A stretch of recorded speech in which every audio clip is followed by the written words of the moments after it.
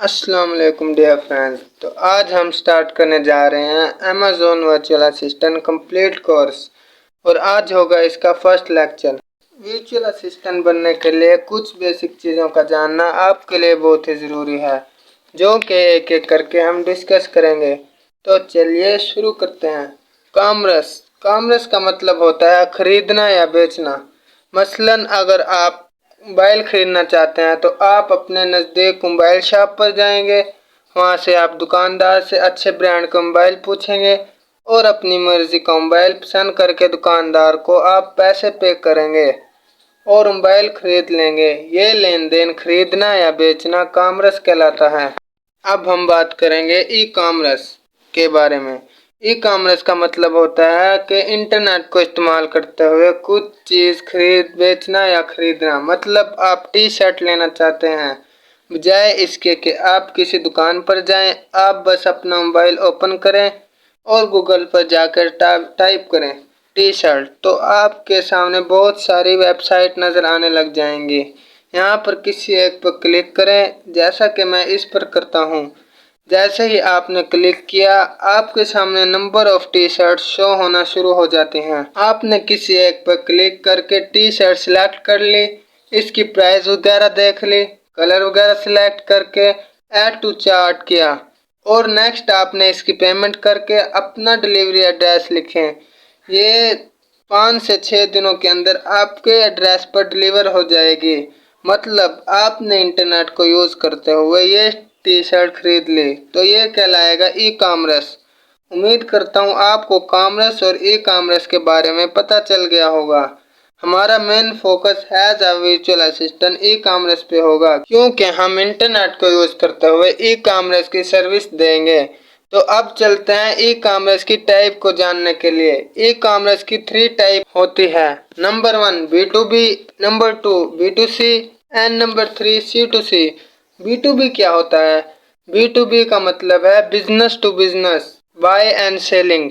मतलब आप कोई कारोबार शुरू करते हैं तो आपने कुछ चीज़ें खरीदना होंगी और आप इस प्रोडक्ट को बल्क में लेंगे, यानी किसी और बिजनेस से आप ये प्रोडक्ट खरीदेंगे या कोई रॉ मटेरियल वगैरह खरीदेंगे। सो ये ट्रांजैक्शन बिजनेस टू बिजनेस होगी, इसलिए इसको B2B कहते हैं। मसलन ई कॉमर्स में B2B की एग्जांपल देखें तो alibaba.com को देख लें। यह प्लेटफॉर्म एक B2B ई कॉमर्स की वेबसाइट है। यहाँ पर आप कोई भी चीज़ लेते हैं तो वो बल्क में लेनी पड़ती है। फॉर एग्जांपल आप अलीबाबा ओपन कर लेते हैं तो यहाँ पर देखें बहुत सी चीज़ें मौजूद हैं। फॉर एग्जांपल आप यहाँ पर टाइप करें टी शर्ट, तो आपके सामने बहुत सारे सप्लायर्स की टी शर्ट शो होना शुरू हो जाएंगे। फॉर एग्जांपल ये वाली, इसमें देखें ये बता रहा है कि आप मिनिमम आप 10 पीस ले सकते हैं और ज़्यादा से ज़्यादा जितनी मर्ज़ी, यानी ये कि ये बल्क में आपको लेना पड़ेगा और ये आपको होल सेल रेट पर मिलेगा। तो जो ही आप इस तरह के ट्रांजैक्शन करेंगे, यानी कि बल्क में परचेज करते हुए अपने बिजनेस के लिए खरीदते हैं, तो ये ई कॉमर्स की B2B ट्रांजैक्शन होगी, मतलब बिजनेस टू बिजनेस होगी। अब हम ई कॉमर्स की नेक्स्ट टाइप के बारे में बात करेंगे, जो कि है B2C, मतलब business to customer buying and selling. मतलब रिटेल का जैसे बिजनेस होता है, इसमें आपको बल्क में चीज़ें नहीं लेना होंगी। कस्टमर कोई भी एक चीज़ पसंद करके खरीद सकता है। फॉर एग्जांपल आप लोकल यहाँ पर देखें पाकिस्तान में तो दराज.पी के एक B2C ई कॉमर्स वेबसाइट है। इसको आप ओपन कर लें। यहाँ पर आप फॉर एग्जांपल आप एक कोई मोबाइल टाइप कर लें, यहाँ पर सर्च किया, यहाँ पर बहुत से ब्रांड के मोबाइल शो होना शुरू हो गए। किसी एक पर क्लिक किया, देखें यहाँ पर आप इसकी प्राइस वगैरह देख लें। नीचे क्वांटिटी 1 और ज़्यादा से ज़्यादा जितनी चाहें ले सकते हैं। ऐड टू चार्ट करें और आप अपना एड्रेस वगैरह देकर इसको मंगवा सकते हैं। इस तरह की वेबसाइट को B2C ई कॉमर्स वेबसाइट होती है। अब हम बात करेंगे ई कॉमर्स की थर्ड टाइप के बारे में, जो कि है C2C, कस्टमर टू कस्टमर, खरीदो फरोख्त। मसलन एक आम कस्टमर कोई चीज़ खरीदता है, उसको इस्तेमाल करता है और कुछ अरसे के बाद इसको सेल करना चाहता है, मतलब यूज चीज़ को सेल करता है, तो ये कहलाएगा C2C। इसकी ज़बरदस्त मिसाल OLX.com है, जहाँ पर कोई भी बंदा जाकर अपनी घर की कोई चीज़ वहाँ पर पोस्ट कर देता है, उसकी पिक और उसकी डिस्क्रिप्शन के साथ। तो कोई भी बंदा जाकर उसको पसंद करता है और उसको मेंशन कर देता है कि यहाँ पर आकर इसे पिकअप करें और इसकी पेमेंट रिसीव कर लें। तो ये बेसिक 3 टाइप थे ई कॉमर्स की, B2B, B2C एंड C2C। और यहाँ पर हमारा एज अ virtual असिस्टेंट पहले 2 पर फोकस होगा, B2B एंड B2C। हमने बल्क में चीज़ों को खरीदना है और आगे B2C मतलब कस्टमर को सेल करना है। सो फर्स्ट हम B2B करेंगे, देन हम B2C। हम दोनों टाइप्स पर एक ही वक्त में काम करेंगे। अब हम बात करेंगे ई कॉमर्स के मेन ऑब्जेक्टिव क्या हैं। सबसे पहला ऑब्जेक्टिव है रिड्यूस ऑफ मैनेजमेंट कॉस्ट, मतलब जब आप ई कॉमर्स स्टोर ओपन करते हैं तो आप अपनी कॉस्ट को रिड्यूस करते हैं। फॉर एग्जांपल, जब आप अपनी फिजिकल शॉप ओपन करते हैं तो आपको शॉप का रेंट भी देना होगा, उसमें बिजली के बिल भी देना होंगे, उसके बाद जो लोग वहाँ पर काम करेंगे उनकी सैलरी वगैरह भी देनी होगी। तो इससे आपकी मैनेजमेंट कॉस्ट बढ़ जाएगी। लेकिन इसके बरक्स आप जब ई कॉमर्स स्टोर ओपन करते हैं तो आपकी मैनेजमेंट कॉस्ट रिड्यूस होती है। जस्ट आपको एक वेयर हाउस चाहिए और आपको लैपटॉप और इंटरनेट चाहिए। तो इसका मेन मकसद होता है अपनी मैनेजमेंट कॉस्ट को रिड्यूस करना। अब हम बात करेंगे ये दूसरे ऑब्जेक्टिव के बारे में, डेवलपमेंट ऑफ बिजनेस रिलेशनशिप, जो कि बहुत ही अहम ऑब्जेक्टिव है। यहाँ पर हमने रिलेशनशिप को बिल्ड करना है अपने कस्टमर और अपने सप्लायर्स के साथ, क्योंकि यहाँ पर ई कॉमर्स वेबसाइट पर कस्टमर डायरेक्टरी ओनर के साथ लिंक पर होता है। इसलिए जितना मजबूत ये रिलेशनशिप होगा और इतना ही आपका बिजनेस ग्रो करेगा। इसलिए हमने अपने बिजनेस रिलेशनशिप को भी डेवलप करना होगा। नंबर 3 पर आ जाता है बेहतर कस्टमर सर्विस। ई कॉमर्स में आपको बेहतर सर्विस प्रोवाइड करना होगी। आप जितनी अपने कस्टमर को बेहतर सर्विस देंगे, आपका ई कॉमर्स स्टोर इतना ही सक्सेसफुल होगा, आपका ब्रांड नेम इतना ही फेमस होगा। फॉर एग्जाम्पल, जब कोई कस्टमर चीज़ लेता है तो वो अपना रिव्यू देता है, इसके बारे में सवाल जवाब करता है और अगर कोई रिटर्न वगैरह की चीज़ें हों उसके बारे में पूछता है। इसलिए आपने एट अ टाइम पर उसके हर सवाल का जवाब देना होगा। नंबर 4 पर जो ऑब्जेक्टिव है वो है quick, convenient end user friendly. आपकी जो ई कॉमर्स वेबसाइट है वो क्विक होनी चाहिए, मतलब वो ना हो के एक बंदा इस पर क्लिक करे और लोड होते होते इतना टाइम लगा दे कि बंदा वेबसाइट छोड़कर चला जाए।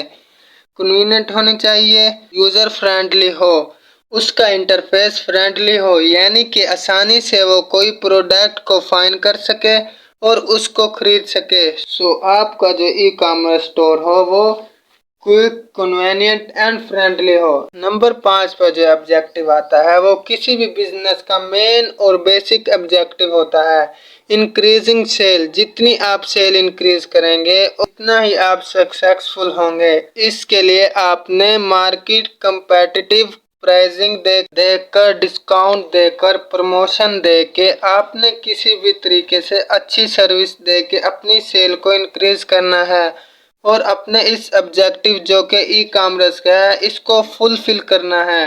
आई होप कि आपको ये बेसिक 5 ऑब्जेक्टिव के बारे में पता चल गया होगा। अब हम बात करेंगे फ्यूचर ऑफ ई कॉमर्स। अब बात करेंगे ई कॉमर्स की खसूसियात के बारे में, ताकि बी का असिस्टेंट किसी को कन्विंस कर सके कि आप अपना स्टोर ओपन करें, ई कॉमर्स में अपनी चीज़ों को शिफ्ट करें। फॉर एग्जाम्पल, पहला इसका रीज़न है ग्लोबल रीच। अगर आप मुल्तान के किसी गांव में रहते हैं या शहर वाले एरिया में रहते हैं, आपको जानने वाला कोई सर्जिकल की प्रोडक्ट या कोई भी स्पोर्ट्स की प्रोडक्ट बेचता है, लेकिन सिर्फ वो लोकली बेच रहा है। इसी तरह अगर आप उसका ई कॉमर्स स्टोर को क्रिएट करके उसकी प्रोडक्ट को ऑनलाइन कर देंगे, अब आप विद इन सिटी है, इस्लामाबाद, लाहौर, गुजरांवाला या किसी भी शहर में, और लोगों को पता चल रहा है कि ये बंदा मुल्तान में चीजें बेच रहा है। इसी तरह across the country UK, Australia, America वगैरह में भी लोग इसको रीच कर सकते हैं कि ये बंदा यहाँ पर फुटबॉल वगैरह फरोख्त कर रहा है। अब ये ग्लोबल रीच हो जाएगी। ये है इसका पहला फ्यूचर। नंबर 2 पर आ जाती है प्रोडक्ट कंपैरिजन। बीइंग कस्टमर, जब आप कोई चीज़ खरीदना चाहते हैं, कोई कस्टमर कोई चीज़ लेना चाहता है तो उसके पास प्रोडक्ट कंपैरिजन है। मतलब वो एक मोबाइल खरीदना चाहता है तो उसके सामने एक के बजाय हंड्रेड्स ऑफ वेबसाइट ओपन हो जाएंगी। वो किसी एक पर जाकर प्राइस का कंपैरिजन करेगा, फ्यूचर का कंपैरिजन करेगा और उसको वो कंपैटिटिव प्राइस में मिलेगी। ये भी एक ई कॉमर्स का ज़बरदस्त फ्यूचर है। एडवांस पेमेंट, ये बहुत ही ज़बरदस्त फ्यूचर है। अब देखें, अभी आपने चीज़ डिलीवर भी नहीं की और आपके अकाउंट में पहले ही पैसे आ जाते हैं। लोग ई कॉमर्स वेबसाइट पे एडवांस पेमेंट करते हुए, अपने क्रेडिट कार्ड को यूज़ करते हुए एडवांस पेमेंट करते हैं, जिससे आपकी पेमेंट भी सिक्योर हो जाती है। रिटर्न पॉलिसी, यहाँ पर मोस्टली वेबसाइट की रिटर्न पॉलिसी भी होती है। मसलन जैसे कि Draz.com, Amazon.com पर बहुत सी चीज़ें 7 डेज रिटर्न पॉलिसी भी रहती हैं। मतलब एक कस्टमर ने कोई चीज़ को ख़रीदा, उसको पसंद नहीं आई तो उसको वो रिटर्न भी कर सकता है, जो कि बीइंग अ कस्टमर बहुत ही अच्छा फ्यूचर है मेरे लिए। इसलिए लोग ज़्यादातर रेफर कर रहे हैं ऑनलाइन खरीदो फरोख्त को। और being a owner of a company, आपने ये भी देखना होगा कि जो प्रोडक्ट आपने पिक्चर में दिखाई हुई है, फ्यूचर में बताई हुई है, वही प्रोडक्ट आप उसको डिलीवर करें ताकि आप कम से कम रिटर्न को इंटरटेन करें। तो ये थे कुछ मेन फ्यूचर ई कॉमर्स के जो कि मैंने आपको बताए। अब हम बात करेंगे top international e commerce stores के बारे में।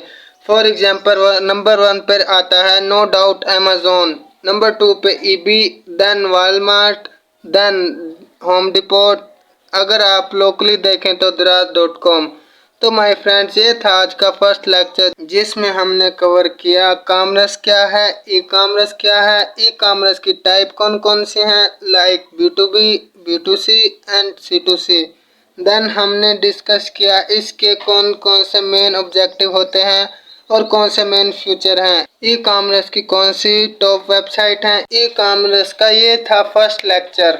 एंड सेकंड लेक्चर में हम डिस्कस करेंगे अमेज़न के बारे में, कैसे हम अमेज़न पर सेल कर सकते हैं और कौन कौन से अमेज़न के बिजनेस मॉडल हैं और बहुत कुछ। अगर आपका इस लेक्चर के बारे में कोई भी सवाल है तो कमेंट में ज़रूर पूछिए। वीडियो को लाइक करें, शेयर करें और चैनल को सब्सक्राइब करें। मिलते हैं नेक्स्ट लेक्चर में। अपना ख्याल रखिएगा। अल्लाह हाफिज़।